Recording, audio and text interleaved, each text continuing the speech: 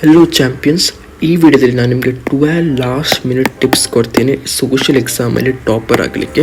So ಈ tips ಏನಿದೆ ಅದನ್ನು ನೀವು ಸರಿಯಾಗಿ ಕೇಳಿ, ಸರಿಯಾಗಿ ಫಾಲೋ ಮಾಡಿ. ನಾನು ಗ್ಯಾರಂಟಿ ಕೊಡ್ತೇನೆ ನಿಮ್ಮ ಮಾರ್ಕ್ಸ್ ಜಾಸ್ತಿ ಆಗುತ್ತೆ. ನಾನು SSLCಯಲ್ಲಿ more than 96% ಸ್ಕೋರ್ ಮಾಡಿದ್ದೀನಿ, ಮತ್ತು ಸೆಕೆಂಡ್ PU ಅಲ್ಲಿ ಕೂಡ more than 96% ಸ್ಕೋರ್ ಮಾಡಿದ್ದೀನಿ. ಸೊ ನಂಗೆ ಗೊತ್ತು ನೀವು ಏನು ಮಾಡಬೇಕು, ಏನು ಮಾಡಬಾರ್ದು, ಹೇಗೆ ನೀವು ಒಳ್ಳೆ ಸ್ಕೋರ್ ಮಾಡ್ಬೋದು ಅಂತ.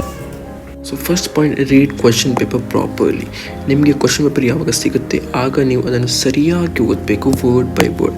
Especially MCQs. ಕೆಲವು MCQsಲ್ಲಿ ಅವರು ಕ್ವಶನ್ಸನ್ನು ಟ್ರಿಕ್ಕಿ ಮಾಡಿರ್ತಾರೆ, ಆಗ ನೀವು ಅದನ್ನು ಸರಿಯಾಗಿ ಓದಬೇಕು. ಎಸ್ಪೆಷಲಿ ಬ್ಯಾಟಲಿದ ಹೆಸರು ಅದನ್ನು ಕನ್ಫ್ಯೂಸ್ ಮಾಡಬಾರ್ದು. ಸರಿಯಾಗಿ ಕ್ವಶನ್ ಪೇಪರ್ ನೀವು ಫಸ್ಟ್ ಓದಬೇಕು. Second point, MCQ tricks.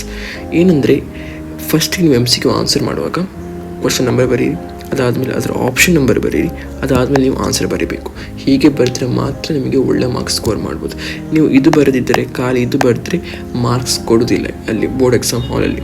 So ನೀವು ಫಸ್ಟ್ ಆಪ್ಷನ್ ನಂಬರ್ ಬರೀಬೇಕು, ಅದಾದಮೇಲೆ ಆನ್ಸರ್ ಬರೀಬೇಕು. ನಿಮಗೆ ಯಾವುದಾದ್ರೂ MCQದ ಆನ್ಸರ್ ಗೊತ್ತಿಲ್ಲದಿದ್ದರೆ ಅದನ್ನು ಬಿಡಿ, ಲಾಸ್ಟ್ ಎಕ್ಸಾಮ್ ಬರೆದಾದ್ಮೇಲೆ ನೀವು ಅದನ್ನು ಆನ್ಸರ್ ಮಾಡಬೇಕು. Third point, right more than asked.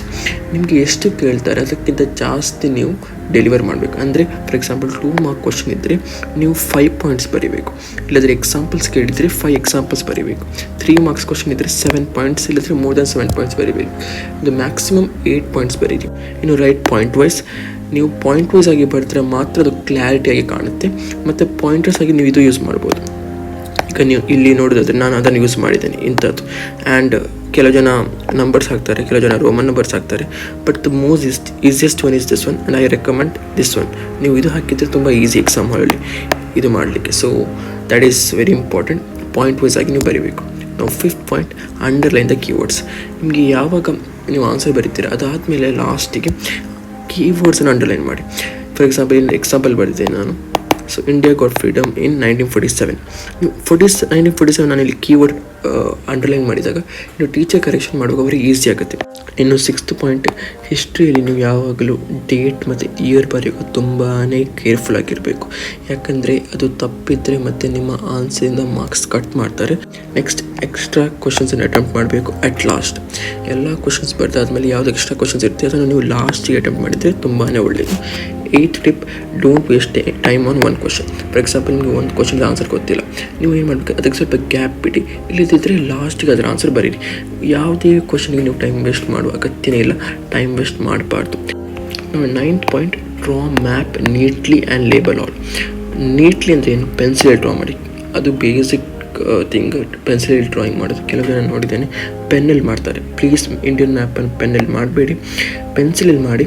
ಅದಾದಮೇಲೆ ನಿಮಗೆ ಅದರಲ್ಲಿ ಯಾವುದಾದ್ರು ಲೇಬಲ್ ಮಾಡಲಿಕ್ಕೆ ಅದನ್ನೆಲ್ಲ ಲೇಬಲ್ ಮಾಡಿ.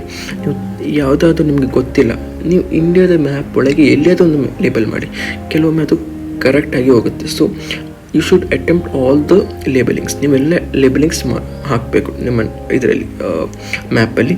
ಮತ್ತು ಯಾವುದೇ ಥರದ ಟೈಮ್ ವೇಸ್ಟ್ ಮಾಡಬೇಡಿ. ಕೆಲವು ಜನ ಒಮ್ಮೆ ಮಾಡೋದು ಮತ್ತು ವಾಪಸ್ ರಬ್ ಮಾಡೋದು, ಮತ್ತೊಮ್ಮೆ ಮಾಡೋದು, ಅದೆಲ್ಲ ಮಾಡಬೇಡಿ. ಒಮ್ಮೆಲೆ ಕ್ಲಿಯರಾಗಿ ಮಾಡಿ. ಸೊ ಮನೆಯಲ್ಲಿ ನೀವು ಅದರ ಬಗ್ಗೆ ಪ್ರಾಕ್ಟೀಸ್ ಮಾಡಿ. 10th point, read the name of the battles properly. ಕೆಲವೊಮ್ಮೆ ಕ್ವಶನ್ಸ್ ಕೊಡ್ತಾರೆ, write a note on this battle. ಆ ಬ್ಯಾಟಲಿದ ಹೆಸರು ರೀಡ್ ಮಾಡುವಾಗ ಸರಿಯಾಗಿ ಮಾಡಿ. ಮತ್ತು ಕ್ವಶನ್ ತಪ್ಪಿ ಓದಿ ಮತ್ತು ನೀವೆಲ್ಲ ಆನ್ಸರ್ ಬರ್ತಾರೆ, it will be a time waste. So ಬ್ಯಾಟಲಿದ ಹೆಸರು ನೋಡುವಾಗ ತುಂಬ ಕೇರ್ಫುಲ್ ಆಗಿರಬೇಕು ನೀವು. ನಾವು draw line between 2 answers at last. ನೀವೆಲ್ಲ ಕ್ವಶನ್ ಆನ್ಸರ್ಸ್ ಬರ್ದಾದ್ಮೇಲೆ ಮ್ಯಾಪ್ ಡ್ರಾ ಆದಮೇಲೆ 2 ಕ್ವಶನ್ಸ್ ಇರ್ತಲ್ವ, ನೀವು ಒಂದು ಆನ್ಸರ್ ಬರೀತೀರ, ಮತ್ತೊಂದು ಸೆಕೆಂಡ್ ಕ್ವಶನ್ ಇರುತ್ತೆ, ಅದರ ನಡುವೆ ಒಂದು ಲೈನ್ ಹಾಕಿದ್ರೆ ಅದು ಒಳ್ಳೆ ಚಂದ ಕಾಣುತ್ತೆ. 12th point, don't leave any question. ಯಾವುದೇ ಕ್ವಶನನ್ನು ಅನ್ಆನ್ಸರ್ ಬಿಡಬೇಡಿ. ನಿಮಗೆ ಅದರ ಆನ್ಸರ್ ಗೊತ್ತಿಲ್ಲದಿದ್ದರೆ ಆ ಚಾಪ್ಟರ್ ರಿಲೇಟೆಡ್ ಏನೆಲ್ಲ ಇರುತ್ತೆ ಅದನ್ನು ಬರೀ. So you don't leave any question. 13th point, last point, evaluate paper like a teacher.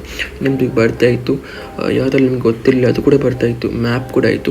ಲಾಸ್ಟಿಗೆ ನೀವು ನಿಮ್ಮ ಪೇಪರನ್ನು ಕರೆಕ್ಷನ್ ಮಾಡಬೇಕು. ಆ್ಯಸ್ ಅ ಟೀಚರ್ ನಿಮಗೆ ಗ್ಯಾರಂಟಿ ಮಿಸ್ಟೇಕ್ ಸಿಗುತ್ತೆ. ಮಿಸ್ಟೇಕ್ ಸಿಕ್ಕಿದಾಗ ನೀವು ಅದನ್ನು ಕರೆಕ್ಟ್ ಮಾಡಿ. ಇನ್ನು ಇಂತಹ ವೀಡಿಯೋಸ್ ಬರುತ್ತೆ. ನನ್ನ ಗೋಲ್ ಒಂದೇ, ನೀವು ನಿಮ್ಮ ಮಾರ್ಕ್ಸ್ ಎಷ್ಟು ಸ್ಕೋರ್ ಮಾಡ್ತಿದ್ರೆ ಜಾಸ್ತಿ ಸ್ಕೋರ್ ಮಾಡಿಸುವುದು. ಸೊ ಚಾನಲ್ ಸಬ್ಸ್ಕ್ರೈಬ್ ಮಾಡಿ. ಆ್ಯಂಡ್ ನೀವು ಸೋಷಿಯಲ್ ಎಕ್ಸಾಮಲ್ಲಿ ಒಳ್ಳೆ ಮಾರ್ಕ್ಸ್ ಸ್ಕೋರ್ ಮಾಡ್ತೀರಾ. All the best champion, all the best.